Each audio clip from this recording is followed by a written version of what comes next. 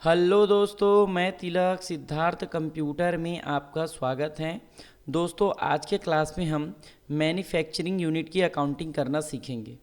दोस्तों, आज हम पोहा मिल अकाउंटिंग के बारे में जानेंगे। हम पोहा मिल में पोहे का प्रोडक्शन कैसे किया जाता है और टैली प्राइम में इसकी एंट्री प्रैक्टिकल तरीके से कैसे की जाती है, उसके बारे में आज के क्लास में हम सीखेंगे। दोस्तों, हम जो क्षेत्र में रहते हैं, यानी कि हम जिस स्टेट में रहते हैं, जैसे कि मेरा स्टेट छत्तीसगढ़ है और मैं भाटापारा का रहने वाला हूँ। हमारे यहाँ बहुत सारे मिल है, पोहा मिल, राइस मिल, दाल मिल। तो आज मैं जो है पोहा मिल की अकाउंटिंग आपको सिखाने जा रहा हूँ। पोहा मिल में हम जब प्रोडक्शन का काम करते हैं तो उसकी एंट्री हम टैली प्राइम में कैसे करते हैं, आज के क्लास में मैं आपको बताने जा रहा हूं दोस्तों। ठीक है, यदि आपके आसपास पोहा मिल, दाल मिल या फिर राइस मिल है तो उसकी अकाउंटिंग भी आप सेम इसी प्रकार से कर सकते हैं।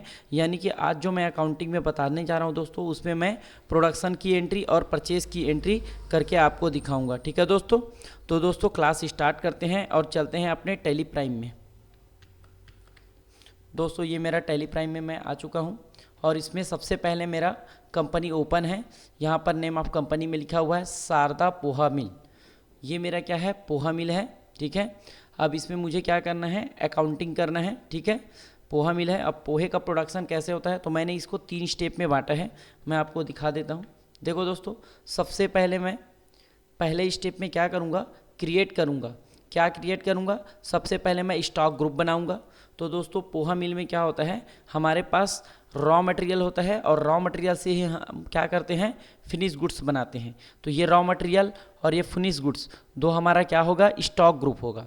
ठीक है, और एक हमारा यूनिट होता है, हम खरीदते हैं तो किस में खरीदते हैं, क्विंटल में खरीद सकते हैं, है ना। तो हम यहाँ ज़्यादातर जो है क्विंटल में खरीदते हैं, तो मेरे को यूनिट भी बनाना पड़ेगा। उसके बाद दोस्तों मुझे जो है स्टॉक आइटम बनाना पड़ेगा कि रॉ मटेरियल में कौन सा स्टॉक आइटम आता है और फिनिश गुड्स में कौन सा आइटम हमारा जो है फिनिश गुड्स के अंदर में आएगा। यानी कि पेड्डी जो है हमारा रॉ मटेरियल है और फिनिश गुड्स हमारा पोहा है, हस्क है, कोढ़ा है और चुनी है। तो दोस्तों याद रखना, रॉ मटेरियल हमारा पेड्डी, पेड्डी का मतलब होता है धान। जब हम धान खरीदते हैं तो प्रोडक्शन करते हैं तो उससे हमारा फिनिश गुड्स तैयार होता है, जिसमें हमारा पोहा, हस्क यानी कि भूसा, कोढ़ा और चूनी, ये सभी हमारा फिनिश गुड्स के अंदर में आ जाएगा। स्टॉक आइटम के फिनिश गुड्स के अंदर में हमारा ग्रुप रहेगा, स्टॉक ग्रुप रहेगा फिनिश गुड्स, और हमारा स्टॉक आइटम का नाम रहेगा पोहा, हस्क, कोढ़ा और चूनी। और दोस्तों हमारे रॉ मटेरियल में क्या आ जाएगा, रॉ मटेरियल में आ जाएगा पेड्डी यानी कि धान। तो धान हमारा रॉ मटेरियल यानी कि कच्चा माल होगा, और जो फिनिश गुड्स यानी कि हमारा पक्का माल क्या क्या है, पोहा है, हस्क है, कोढ़ा है और चुनी है। तो ये हमारा पहला स्टेप होगा जिसमें हम क्रिएट करने का काम करेंगे। स्टॉक ग्रुप क्रिएट करेंगे, यूनिट क्रिएट करेंगे और स्टॉक आइटम क्रिएट करना सीखेंगे। ठीक है दोस्तों, फिर हमारा सेकेंड स्टेप में दोस्तों हम जो है रॉ मटेरियल का परचेस करना सीखेंगे। देखो, प्रोडक्शन करने से पहले हमें क्या करना पड़ता है, रॉ मटेरियल खरीदना पड़ता है, तो हम परचेस की एंट्री करना भी सीखेंगे। और तीसरे स्टेप में दोस्तों हम क्या करेंगे, जब हमारे पास रॉ मटेरियल आ जाता है तो हम उससे क्या करते हैं, प्रोडक्शन का काम करते हैं। ठीक है, तो हमारा तीसरा स्टेप रहेगा प्रोडक्शन का। ठीक है, और चौथा स्टेप दोस्तों, चौथा स्टेप मैंने यहाँ पर नहीं दिखाया है। चौथा स्टेप में क्या होता है दोस्तों, हम सेल करते हैं। क्या करते हैं, सेल करते हैं। ठीक है, तो ये तीनों स्टेप हम अभी करके देखते हैं अपने टैली प्राइम में। तो सबसे पहले अपने टैली प्राइम में चलते हैं। अल्ट और टैब बटन दबा के मैं टैली प्राइम में आ जाता हूँ। ठीक है, सबसे पहला मेरा काम है क्रिएट का। ठीक है, तो मैं क्रिएट में जाऊँगा, यहाँ पर मास्टर में क्रिएट में एंटर लगाएंगे। एंटर लगाने के बाद सबसे पहले मुझे बनाना है स्टॉक ग्रुप। तो मैं स्टॉक ग्रुप में आऊँगा, एंटर लगा दूँगा। और यहाँ पर कौन कौन सा स्टॉक ग्रुप है मेरे पास स्टॉक ग्रुप में है रॉ मटेरियल और फिनिश गुड्स। तो मैं यहाँ पर बना लेता हूँ।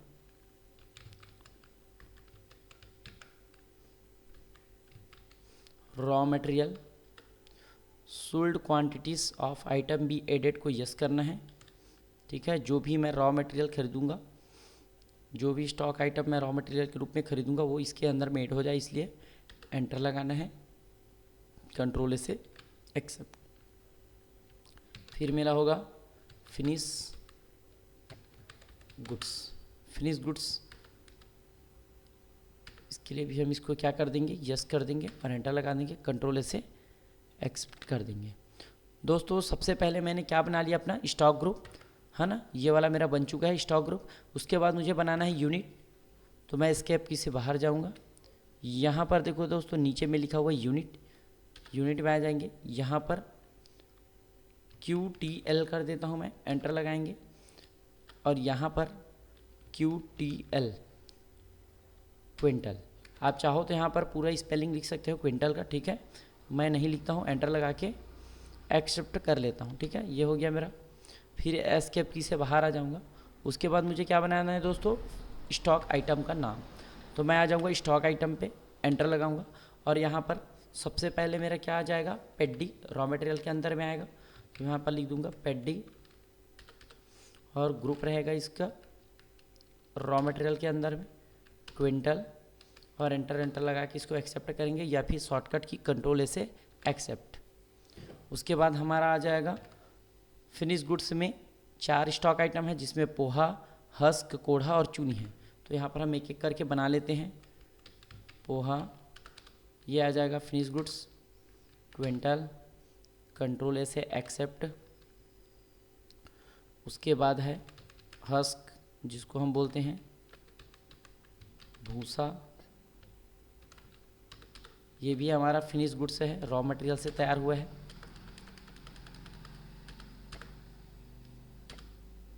उसके बाद हमारा आ जाता है कोढ़ा, ये भी हमारा फिनिश गुड्स से है।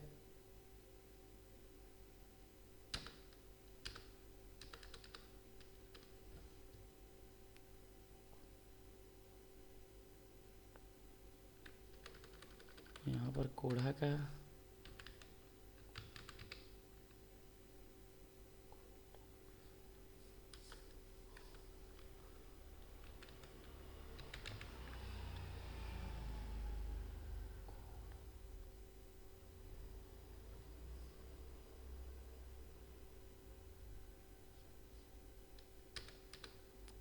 ये हमारा फिनिश गुड्स रहेगा, कंट्रोल से एक्सेप्ट।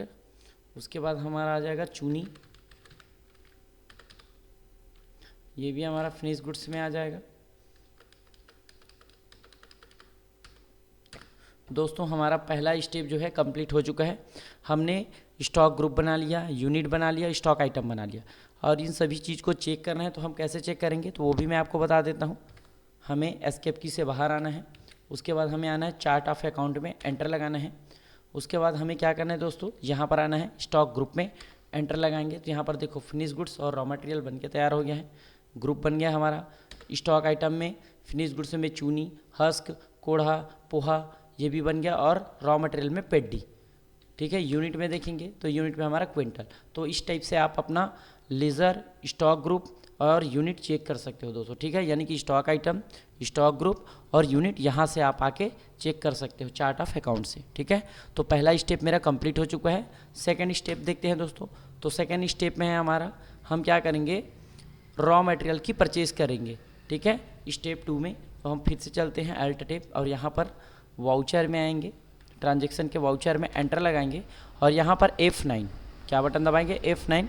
यहाँ पर हम मैनुअल बिल नंबर ले लेते हैं, तो मैनुअल हम मान लेते हैं बिल नंबर 2 है। यहाँ पर डेट, तो मैं डेट यहाँ पर 2 तारीख ले लेता हूँ, 2 अप्रैल, एंटर। और ये वाला डेट चेंज करने के लिए F2 बटन, और ये 2 अप्रैल, ठीक है।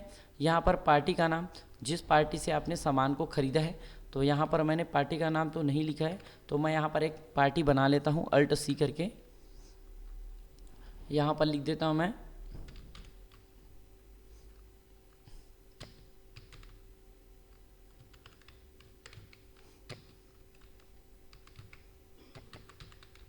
जय दुर्गा पोहा मिल लिख दिया मैंने, और यहाँ पर सन्ड्री क्रेडिटर, जिससे भी मैं ख़रीदूँगा, मेरा सप्लायर जो है सन्ड्री क्रेडिटर, मैं बिल वाइज मेंटेन नहीं करना चाहता, इसलिए इसको मैं नो कर दूँगा, एंटर लगाऊँगा, ठीक है। यहाँ पर जिस व्यक्ति से खरीदोगे उसका नाम भी आ सकता है, ठीक है, लेकिन मैंने जय दुर्गा पोहा मिल से सामान खरीदा, यानी कि धान खरीदा, इसलिए यहाँ पर लिख दिया जय दुर्गा राइस मिल और सन्ड्री क्रेडिटर, ठीक है। ये रेगुलर पार्टी होगा तो रेगुलर रहेगा, और अनरजिस्टर्ड होगा तो अनरजिस्टर्ड, ठीक है। तो मैं इसको रेगुलर करके एंटर लगा देता हूँ। यहाँ पर मेरा GST नंबर आ जाएगा, सामने वाले का GST नंबर, तो मैं इसको अभी एज इट इज़ छोड़ के चलता हूँ आगे। एंटर एंटर लगाना है।